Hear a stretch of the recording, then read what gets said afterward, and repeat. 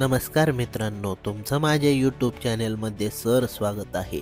व्हिडिओला सुरुवात करण्यापूर्वी लाईक करा, शेअर करा आणि सबस्क्राईब करा। तर व्हिडिओला सुरुवात करूया। व्हिडिओचं टायटल पाहू शकता, ब्रेकिंग न्यूज।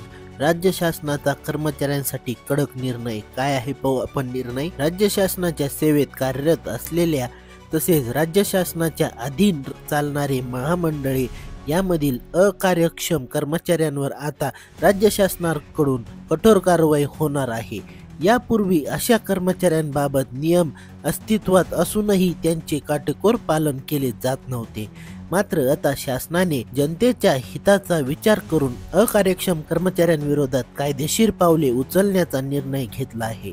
त्यामुळे निष्क्रिय आणि कामचुकार कर्मचाऱ्यांना लवकरच घरचा आहेर मिळण्याची शक्यता निर्माण झाली आहे। मुदतपूर्व सेवानिवृत्तीचा नियम काय सांगतो?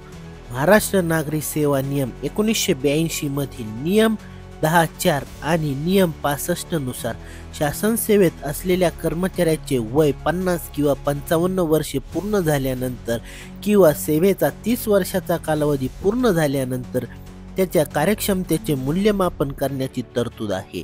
या मूल्यमापनानंतर जर कर्मचारी कार्यक्षम, जबाबदार आणि शासनाच्या अपेक्षेनुसार काम करणारा आढळला तर त्याची सेवा पुढे चालू ठेवली जाते। परंतु जर तो अकार्यक्षम किंवा निष्क्रिय आढळला तर त्याला मुदतपूर्व सेवानिवृत्ती देण्यात येते। म्हणजेच अशा कर्मचाऱ्यांना नियमित सेवानिवृत्तीपूर्वीच सेवेतून मुक्त केले जाते। शासनाचा उद्देश। राज्य शासनाच्या मते काही कर्मचाऱ्यांच्या अकार्यक्षमतेमुळे सार्वजनिक कामकाजावर परिणाम होत आहे।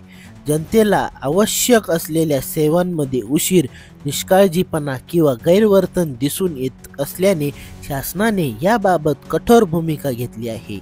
व्हिडिओ आवडला असेल तर लाईक करा, शेअर करा आणि सबस्क्राईब करा। भेटूया पुढील व्हिडिओ। धन्यवाद।